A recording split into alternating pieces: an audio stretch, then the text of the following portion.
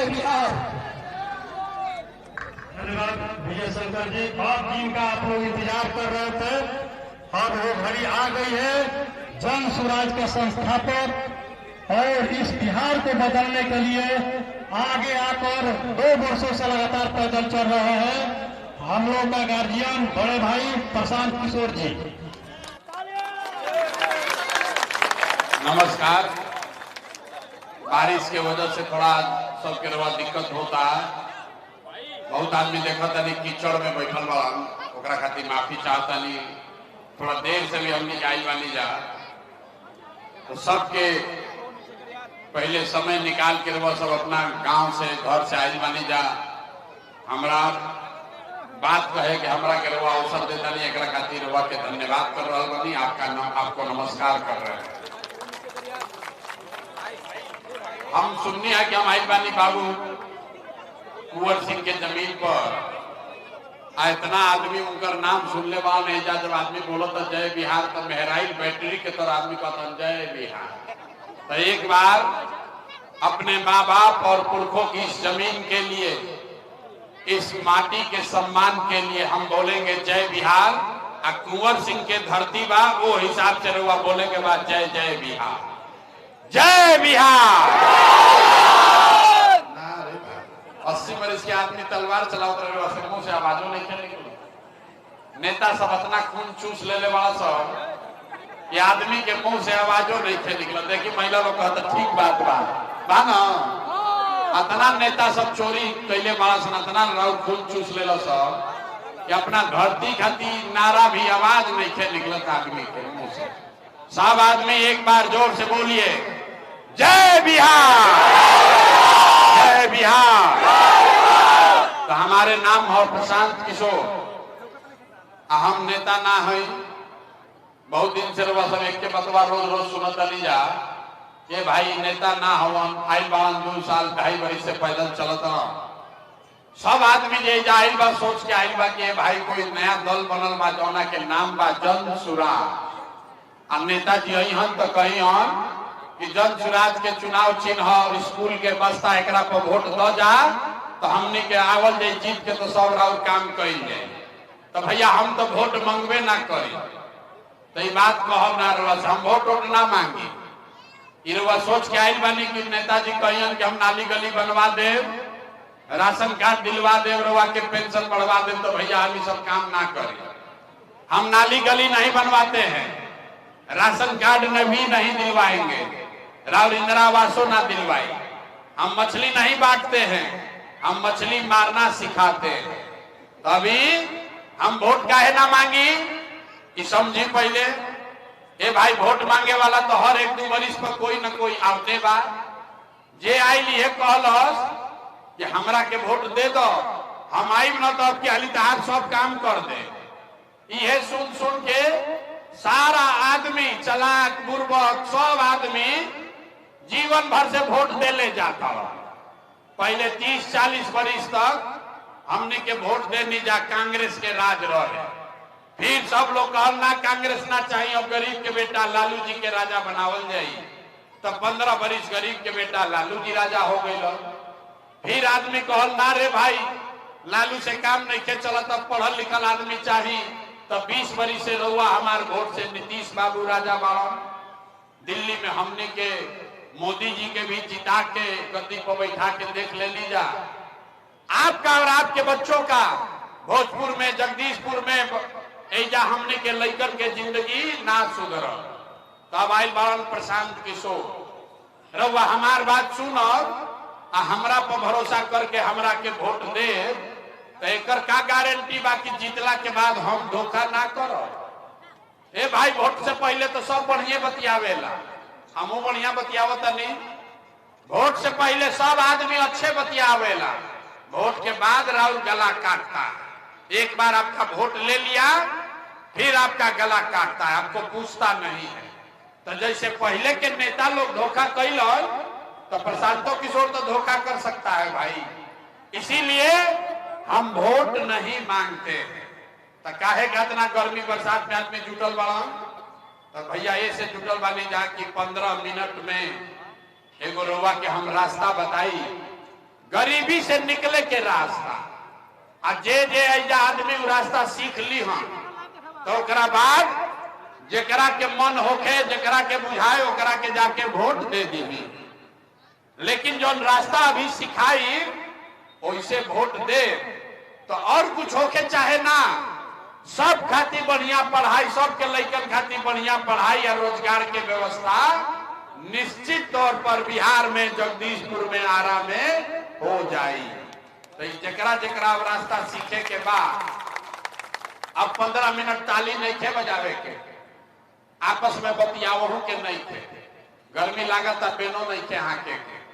यही गर्मी में रउआ घर के सवांग और लइका बेटा पति भाई भतीजा कहीं फैक्ट्री में अपन हड्डी गलावता, 10 घंटा आदमी काम करता, पेट काटता कि घरे 6000 8000 भेजब तो बाल बच्चा के पेट भरी।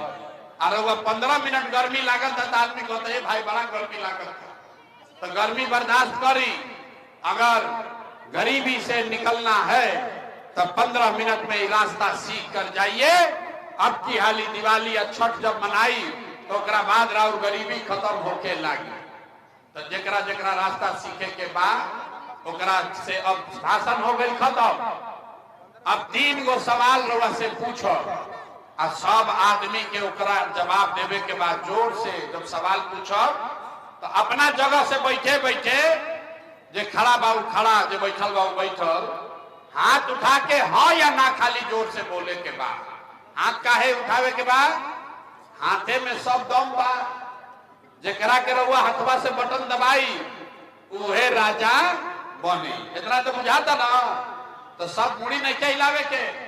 जब सवाल पूछब तो हाथ उठा के हाँ या ना बोले के बाद 15 मिनट में रउआ रास्ता समझ में आई कि बिहार में गरीबी के, बदहाली के, राउर परेशानी के कारण का बा, एकरा से निकले के रास्ता उपाय का।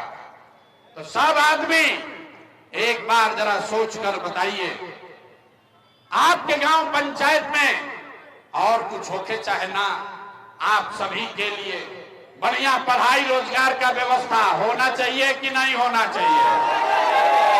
हाथ उठल आवाज ना, जोर से बोलिए, होना चाहिए कि नहीं होना चाहिए? होके के चाहिए, होके के चाहिए भाई। अरे भाई, हम तो जानते रहे कि जगदीशपुर में आदमी खाली तलवार भाजे जानता, मुझे आदमी कितना समझदार बा।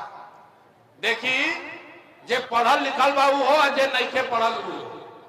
आप चाहे अगड़े हैं या पिछड़े, हिंदू हैं या मुसलमान, महिला है या पुरुष, अमीर है या गरीब, युवा है या बुजुर्ग, सब आदमी कहल हो कि ना भैया कुछ होके चाहे ना, कम से कम पढ़ाई या रोजगार तो हो गई के चाहे। इतना बात सबके बुझाता। कौनो प्रशांत किशोर के, कौनो नेता के जरूरत नहीं थे।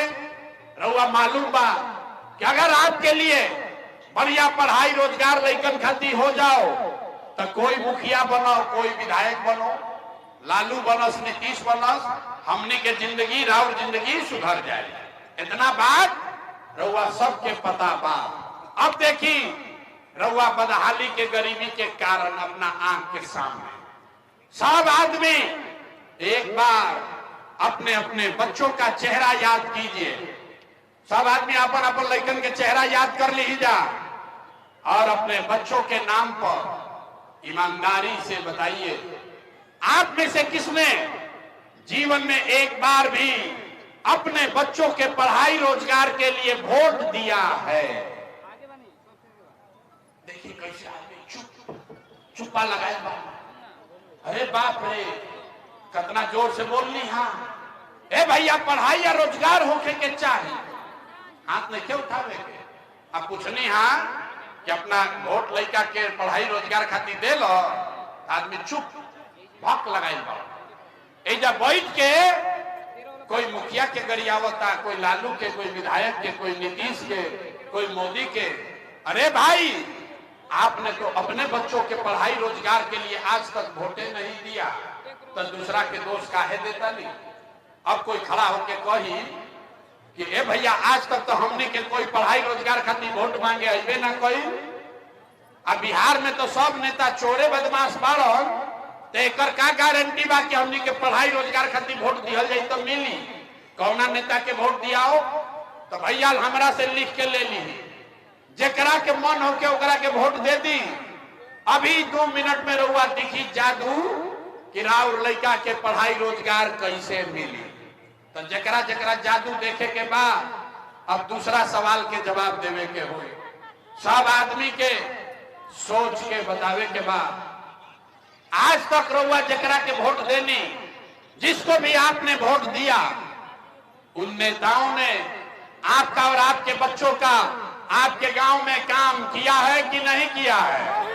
अथवा उठा के पहले ही कहले बानी, हाथ उठा के बोले के बाद हाँ कि ना। नेता लोग काम कैले बान जा कि नहीं खान जा कैले? अरे जोर से बोलो यार, किया है कि नहीं किया है? जोर से बोलिए, किया है कि नहीं किया है? निखन के लिए ना। अब पलटिया तो मत भाई, सब लोग देख लो, सब लोग देख लिया, वीडियो में देखी, रिकॉर्ड हो गई। पूरा गांव समाज का आदमी जुटा है, सब लोग कहा है ये भैया आज तक जकरा के वोट देनी जा, हमने के कोई काम ना कैलस। अभी देखी अब जादू देखी। हम गिनवावे शुरू करत नहीं, सही बात बोलब तो सबके हाथ उठा के जोर से हाँ बोले के बाद, आ गलत बोलब तो ना बोल दे जा। 2 मिनट में अपना आंख के सामने दिखी कि राउर लड़का के पढ़ाई रोजगार कैसे मिली।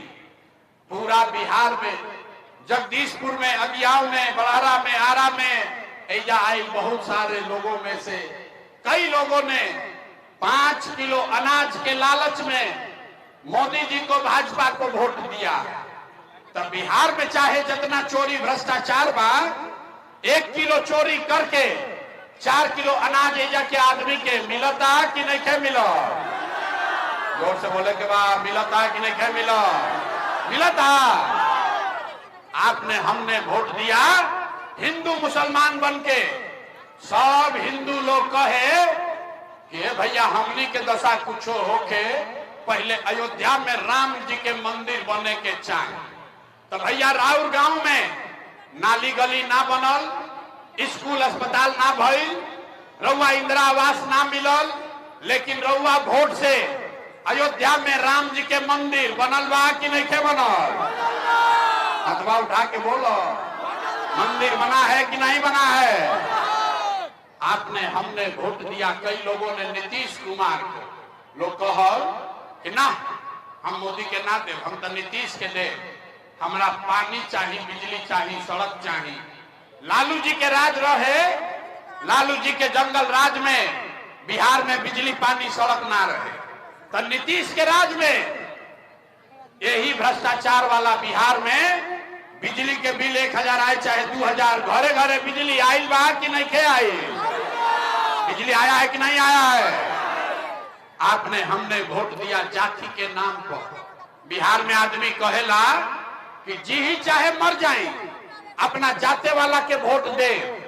तो भैया राउर जात के जो नेता जीत के गईलन, रउआ लड़का के पढ़ाई रोजगार के बात ना कैलस, लेकिन जात के बाद और जात के गिनती जनगणना पूरा बिहार में करैले बन लोग कि नहीं के करैले? अरे जात के जनगणना भइल बा कि नहीं के भइल? महिला लोग के नहीं के बुझा भइल बा ना? आपने हमने वोट दिया सिलेंडर के नाम पर मोदी जी के। सब लोग कहल कि अब हमने के सिलेंडरे पर खाना बनावल जाए। तो सिलेंडर के दाम 1000 हो कि 1200, घरे घरे सिलेंडर बटाइल बा कि नहीं के बटाई? हाथ उठाकर बोली, सिलेंडर बटा है कि नहीं बटा है? आपने हमने वोट दिया मोदी का भाषण सुन के कि भाई मोदी जी गुजरात में बड़ा विकास कैले बाड़ा। तो भाई मोदी गुजरात में तो विकास करत, पूरा देश के पैसा ले जाके गुजरात के गांव गांव में फैक्ट्री लगावत मोदी। अब पूरा बिहार से, आरा से, जगदीशपुर से हमने के लड़का राउर घर के सवाल गुजरात में जाके नौकरी मजदूरी लोग करता कि नहीं के करो? तो ये भाई कौना बात पर वोट देनी है जाकि नहीं के मिलो? रउआ अपना लड़कन के नाम पर कहनी है कि भैया आज तक जीवन में अपना लड़कन के पढ़ाई रोजगार खातिर वोट ना दे। तो ये बात तो बतावे आयल बानी, वोट ना मांगी, आप बोइएगा बबूल तो आम कहां से खाइएगा? वोट देनी 5 किलो अनाज खाती तो रोजगार कहां से भेटाई? रउआ वोट देनी अनाज खाती तो अनाज लोग के मिलता। रउआ वोट देनी मंदिर खाती, अयोध्या में मंदिर बन गए। आपने वोट दिया बिजली के लिए, घरे घर बिजली आ गई। आपने वोट दिया सिलेंडर के लिए, घरे घर सिलेंडर बटा है।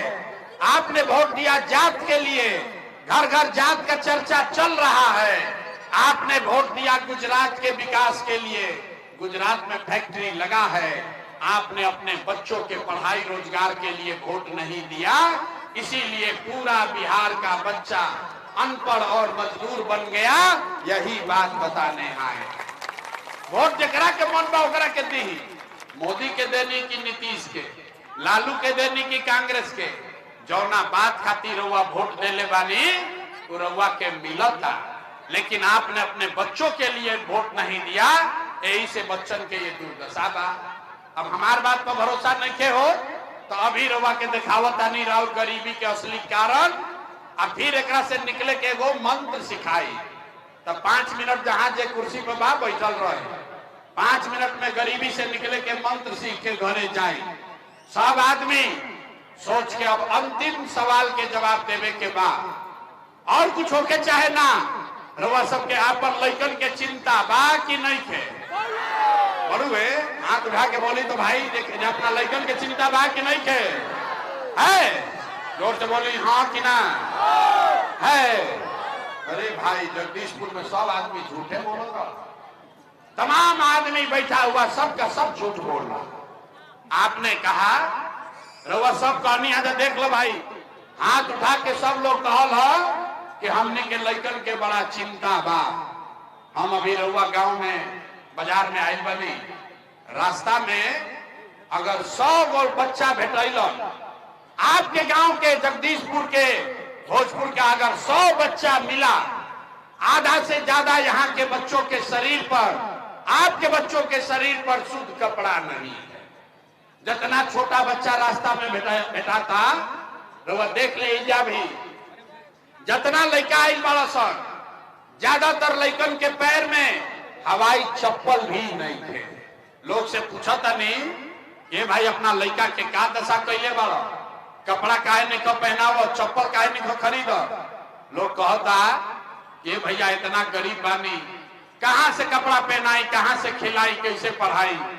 तो मेरे भाई जिन नेताओं ने आपके बच्चों का ये हाल कर दिया कि आपके बच्चे के शरीर पर कपड़ा नहीं, पैर में चप्पल नहीं, खाने के लिए भरपेट भोजन नहीं, आपका बच्चा बीमार पड़ता है तो उसके लिए दवा डॉक्टर अस्पताल नहीं, वही नेता अभी 4 महीना के बाद अहन वोट मांगे तो जितना आदमी हाथ उठैले रहे, आप में से हर आदमी जाति के नाम पर 500 रुपया के लालच में अगड़ा पिछड़ा हिंदू मुसलमान 2 गो मुर्गा भात खा के, लालू के डर से मोदी, मोदी के डर से लालू के नारा लगा के वही नेता के जाके हाथ से बटन दबा के राजा बनाई।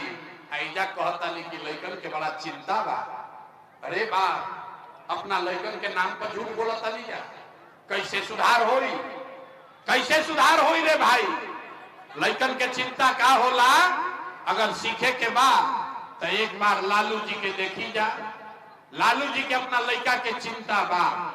लालू जी के लड़का 9वां पास ना कैलन, लेकिन लालू जी के चिंता बा कि हमार लड़का बिहार के राजा बनो। हम ये बात कहता नहीं तो कुछ आदमी के बुझाता कि हम लालू जी के शिकायत करता नहीं। अरे भाई हम तो लालू जी के तारीफ करता नहीं। लालू जी इतना अच्छा बाप पाड़न, लड़का 9वां नहीं के पास कैले, लेकिन चाहतन कि हमार लड़का बिहार के राजा बनी।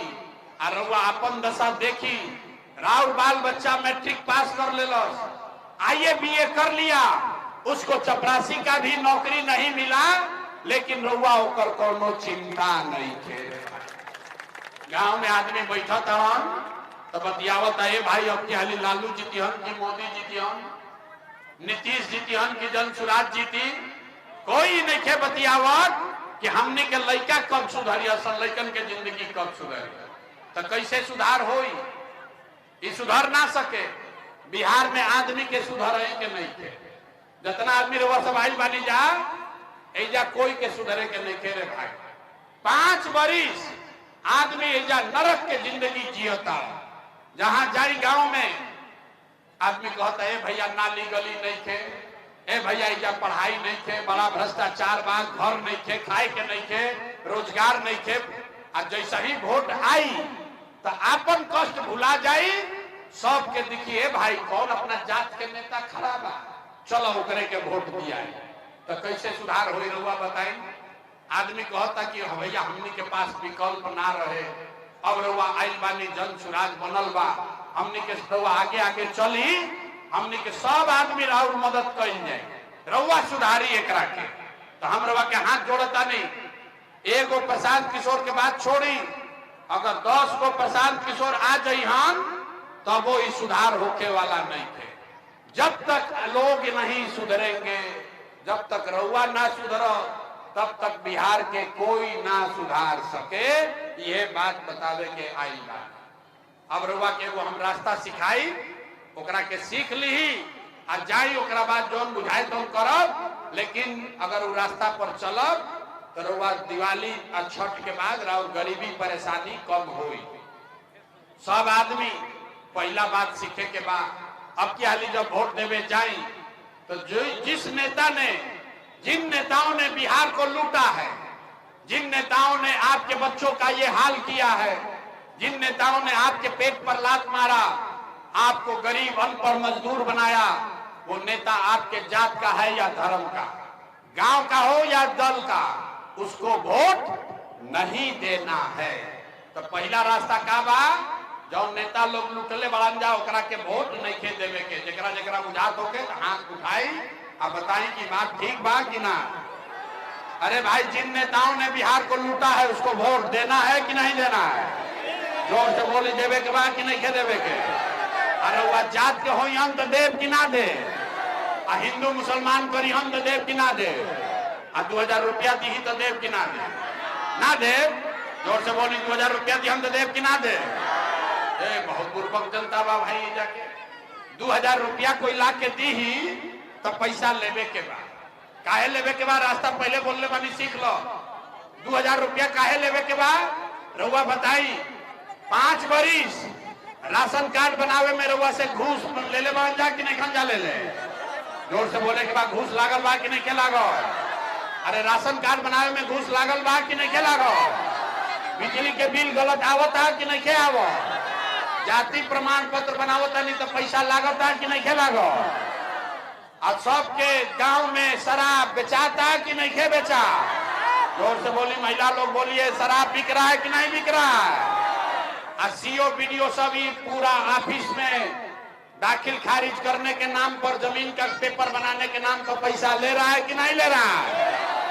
अरे भाई, तो 5 बरिस हमनिए के पैसा लूट के गई बड़ा सा, वही में से आके 1000 रुपया दी ही तो अपने पैसा बा ले लेवे के बाद। लेकिन पैसा लेला के बाद हंसे के नहीं थे।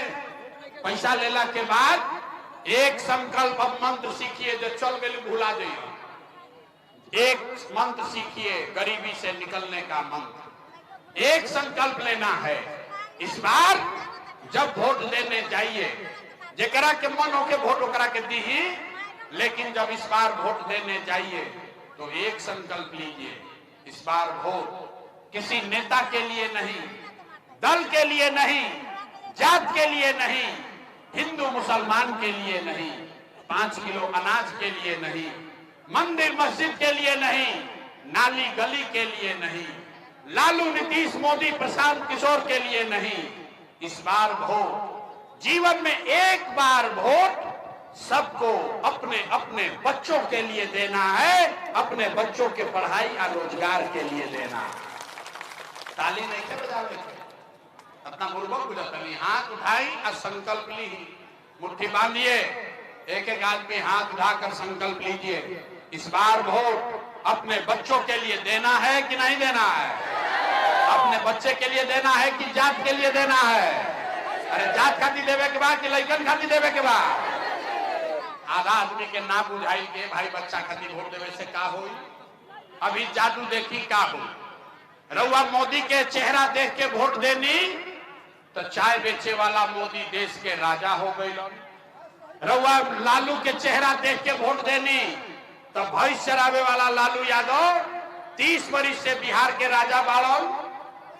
रउआ नीतीश के चेहरा देख के वोट देनी तो वैद्य का लड़का नीतीश कुमार 20 वर्ष से आप पर शासन कर रहे हैं।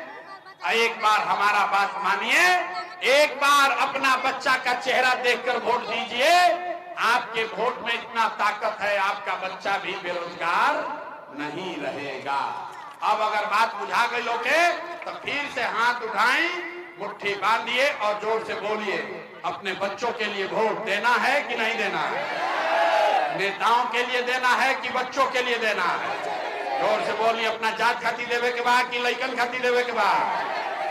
झूठ नहीं की ना बोलो, झूठ नहीं की ना बोलो। तो अगर रउआ झूठ ना बोल ली, अपना लइकन खाती वोट दे, तो अब की हाली जब रउआ दिवाली या छठ मनाई, अब ताली बजावे के समय आवता। इस बार जब आप दिवाली और छठ मनाइएगा तो छठ के बाद ये आपके जीवन का अंतिम, आपके गरीबी का, आपके बदहाली का ये अंतिम दिवाली और छठ होने जा रहा है। अब सब ताली बजा ले लो, बुझाई ला कैसे छठ के बाद ऐसा कौन करिश्मा हुई? तो छठ के बाद अगर आपने अपने बच्चों के लिए वोट दिया, जनता का राज बना, तो एक पहला संकल्प का बा, जन सुराज का पहला संकल्प क्या है? नाली गली बनो चाहे मत बनो, स्कूल अस्पताल जब सुधरी तब सुधरी, लेकिन साल भर के अंदर, सब लोग याद कर लीजा, साल भर के अंदर जितना रउआ घर के सवांग लइका बाहर गइल बा सब रोजगार मजदूरी करे, जो बच्चे पढ़ लिख कर यहाँ बेरोजगार बैठे हैं, ओकरा सरकारी नौकरी मिले चाहे ना, लेकिन सभी के लिए कम से कम 10 से 12 हजार रुपया के रोजी रोजगार का व्यवस्था यही बिहार में करके दे दिया जाएगा। ना बजल ताली, ताली ना बजल, सुनाई नहीं दे, बात बुझा गई? कैसे ही बजाओ ताली। अगर बात बुझा गई तो घरे जाए के बाद और अपना पति के, अपना बेटा के, भाई के, भतीजा के फोन करके बतावे के बाद कि ये बचवा अब की हाली जब छठ में घरे आइब, ए बचवा अब की हाली दिवाली या छठ में जब घरे आइब, तो अब 10-12 हजार रुपया के रोजी रोजगार खातिर अपन गांव परिवार बिहार छोड़ के बाहर ना जाए के पड़ी। बात ठीक बा? ये होके के चाहिए। अगर ये होई तो गरीबी कम होई कि ना होई? जोर से बोलिए। अगर रोजगार 10-12 हजार के होई तो गरीबी कम होई कि ना होई? होई ना? तो दूसरा संकल्प सुन ली, जेकर जेकर उम्र बा 60 वर्ष से ज्यादा, रउआ घर में 60 वर्ष के जे बूढ़ पुरनिया रहता, ओकरा के नीतीश कुमार अभी देता 400 रुपया भीख पेंशन के नाम पर। तय भाई कि छठ के बाद, याद रखी, छठ के बाद कार्तिक महीना से दिसंबर से 60 वर्ष से ज्यादा उम्र के हर महिला पुरुष को 400 रुपया का भीख नहीं, 1100 रुपया का पेंशन नहीं, हर महीना 2000 रुपया के सम्मान राशि जरूर दिहल जाई, ताकि सब आदमी अपन जिंदगी ठीक से बिता सको। होके के चाहिए? अथवा उठाई और बोली होके के चाहिए? तीसरा और अंतिम बात, बाल बच्चा के रोजगार हो जाई, रउआ 2000 रुपया मिले लगी, उससे जीवन ना सुधरी। जीवन तब सुधरी जब राउर बाल बच्चा पढ़ के अफसर बनी हो। तो ओकरा खातिर का हो करे के बाद कि जितना आदमी रउआ सवाल बनी जा, जेकर जेकर लइका नाती पोता 15 वर्ष से कम उम्र के बाद, अभी गरीब के लइका जाता पढ़े तो पढ़त नहीं के खिचड़ी खिलाई लो सब भेज दे लो। तय भाई कि जब आपकी हाली जनता के राज बनी, जन सुराज के राज बनी, तो छठ के बाद जिसका जिसका बच्चा 15 वर्ष से कम उम्र का है उसको ये सुविधा होगी कि जब तक सरकारी विद्यालय ना सुधरी तब आप अपना लड़का के प्राइवेट अंग्रेजी स्कूल में नाम लिखवा दी या भेजी, और प्राइवेट स्कूल में भेजे के खर्चा फीस सरकार के ओर से दिहल जाई, ताकि गरीब से गरीब का बच्चा भी अंग्रेजी स्कूल में पढ़ सको। अब अपना लड़का के अगर अंग्रेजी स्कूल में पढ़ावे चाहते नहीं तो जोर से ताली एक बार बजा दी। अब इतना बात पढ़ लेनी तो परीक्षा दिए के पड़ी, मुफ्त में कोई पढ़ाई ना होते। अब सब आदमी सोच के बताई जा कि अब की हाली सब बात सुन लेनी, अब की हाली वोट 5 किलो अनाज खाती देवे के बाद कि रोजगार खाती देवे के बाद? 5 किलो अनाज चाहिए कि रोजगार चाहिए? और से बोली 5 किलो अनाज चाहिए कि रोजगार चाहिए? अपना जात के नेता चाहिए कि लड़कन के पढ़ाई चाहिए? पढ़ाई चाहिए कि जात चाहिए? जात चाहिए कि पढ़ाई चाहिए? लालू नीतीश मोदी के राज चाहिए कि जनता के राज चाहिए? ए भाई सब लोग देख रहा लालू चाहिए लालू बोलो, मोदी चाहिए मोदी बोलो, झूठ बोलबा फिर फेरा में पड़ जाएगा। सोच के बोलिए, फिर मौका देता नहीं। लालू नीतीश मोदी के राज चाहिए कि जनता के राज चाहिए? लेकिन कहलिए ना बिहार के आदमी ना सुधरी हो, बहुत आदमी हथवा नीचे के लिए हम काहे बोले हम सुधर, हम ना सुधर। अभी 5 मरीज और कुटाई, हम कुटाई बा गाँव भर के कुटवाई, अभी मानव ना। फिर से अंतिम बार पूछा तो नहीं रे भाई, सोच के बताओ जा। लालू नीतीश मोदी के राज चाहिए कि जनता के राज चाहिए? तो जनता के राज चाहिए तो एक मंत्र का बा, अगला बार वोट किसी नेता के लिए नहीं, दल के लिए नहीं, लालू नीतीश मोदी प्रशांत किशोर के लिए नहीं, अगली बार वोट अपने अपने बच्चों के लिए देना है, अपना लड़कन के पढ़ाई या रोजगार खातिर देवे के बाद ना, झूठ नहीं ना बोले हैं। अभी जांच लेता नहीं। अब बताई कि नीतीश कुमार रहियन की जइयन? भाई सबके बोले के बाद नीतीश कुमार रहियन की जइयन? आवाज ना भाई, जोर से बोलो, महिला लोग बोलिए नीतीश कुमार रहियन की जइयन?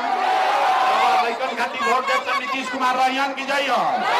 जोर से बोलिए रहियन की जइयन? जइयन तय हो गई। अब मोदी अइयन कहिए भाई सब लोग वोट दे दो नीतीश के, दिया जाए काहे ना दिया? इतना पूर्वक बुझा तड़ा हमरा के, हमारा सभा में आई बड़ा बस पे बैठ के तो गन्ना मोदी के ना दे, फिर मोदी में जाइबा गन्ना जन सुराज के ना दे। अरे भाई मोदी को वोट देना है कि नहीं अभी हमने के तय कर लिया। सब लोग सोच के बतावल जाओ कि वोट बा बिहार के तो फैक्ट्री कहाँ लागे के चाहिए, बिहार में कि गुजरात में? अरे भाई पीछे तक बताओ, वोट बिहार का तो फैक्ट्री कहाँ लगना चाहिए, बिहार में कि गुजरात में? आवाज ना आयल, नीतीश कुमार बुढ़ा गिर वाला जोर से बोली, वोट बिहार के तो फैक्ट्री कहाँ लागे के चाहिए, बिहार में कि गुजरात में? बिहार में कि गुजरात में?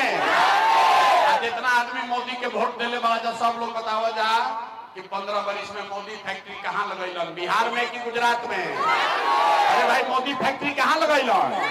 मोदी फैक्ट्री कहाँ लगाए? मोदी फैक्ट्री कहाँ लगाए? अरे तो चल वोट लेता हमनी से फैक्ट्री लगाओ तन गुजरात में, मंजूर बा? ए भाई बोलिए मंजूर है? मंजूर है? तो मोदी काला वोट दीजिएगा ना दीजिएगा? तो हाथ उठाइए सब लोग बोलिए मोदी का ने वोट दीजिएगा। अगर दे तो राउर लड़का गुजरात में जाके मजदूर बनी तो कर दोष रहुए पर लागी, ठीक बा ना? मोदी का वोट नहीं दीजिएगा तो नीतीश और मोदी दोनों चल गई तो के बचलवा के लालू जी, लालू के ललटेन, लालू के ललटेन चाहिए। ए भाई लालू का ललटेन चाहिए ना? जोर से बोली लालू के ललटेन चाहिए। फिर से अपहरण रंगदारी चाहिए, गोली मार काट रोज रोज होते रहे चाहिए भैया। फिर से ए लालू का ललटेन चाहिए, लालू का ललटेन चाहिए ना? चाहिए तो हाथ उठाई, चाहिए कि ना चाहिए? लालू के ललटेन चाहिए। तो लालू नीतीश मोदी तीनों हट गई हम, झाड़ू से बहरा गई हम तो के बची? के बची? लालू ने लक्ष्मी जी के दिवाली में पूजा करीला, पूजा लक्ष्मी जी के बुलावे खातिर का करीला? हमनी के पूजा होला ना, पूजा से पहले का होला? झाड़ू मार के पहले सफाई होला। तो तीनों जना झाड़ू मार के साफ कर दिया जाई तब लक्ष्मी आई हम, जनता बच जाई हम, तब जनता के राज आई। तो तीनों जना के झाड़ू मार के हटावे के बा ना? सब लोग तैयार बा? सही सही बताई, तैयार बा कि झूठ बोलता नहीं? ये तीनों को हटाना है कि नहीं हटाना है? लालू नीतीश मोदी तीनों गईलन तो बच गई जनता। अब जोर से बोली, जवाब दे। लालू नीतीश मोदी तीनों चले गए तो कौन बचा? कौन बचा? आवाज में क्या हुआ? के बचो? के बचो? तो भैया अब लालू नीतीश मोदी के राज ना चाहिए, हमने के बिहार में जनता के राज चाहिए, जन सुराज चाहिए ना। सब आदमी हाथवा उठाई तो खाली आगे से बोलता हम पीछे जाए, लड़का बोरा उठाओ तो अपना इधर से हाथों नहीं के उठाओ। बताएं लालू नीतीश मोदी तीनों गए, अब जनता के राज चाहिए कि ना चाहिए? चाहिए। इतना देर हम बोल देनी, आदमी कहता ये भाई इतना बढ़िया बतियावत वोट मंगबे ना कैल का चाहता तो हम भैया कुछ नहीं की चाहत रवा एक अगर बात ठीक बुझाई लोगे तो एक बार हाथ उठा के आशीर्वाद दी। आप बताएं जोर से मुंह खोल के कि ये प्रयास बिहार में होके के चाहिए कि ना होके के चाहिए? जन सुराज के प्रयास होके के चाहिए कि ना होके के चाहिए? बिहार में बदलाव होना चाहिए कि नहीं होना चाहिए? ये बदलाव होके के चाहिए कि ना होके के चाहिए?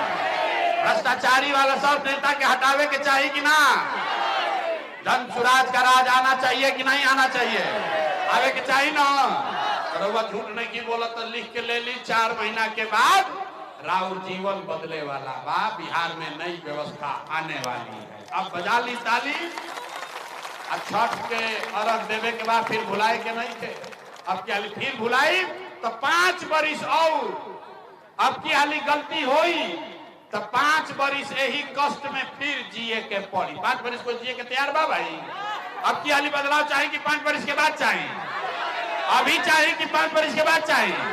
अब की हाली ना, अब की हाली मार के लोग के साफ कर जाओ। एक बार अब जोर से बोल के घरे जाए, जय बिहार, जय बिहार। ना आवाज ना आ गया, जय बिहार।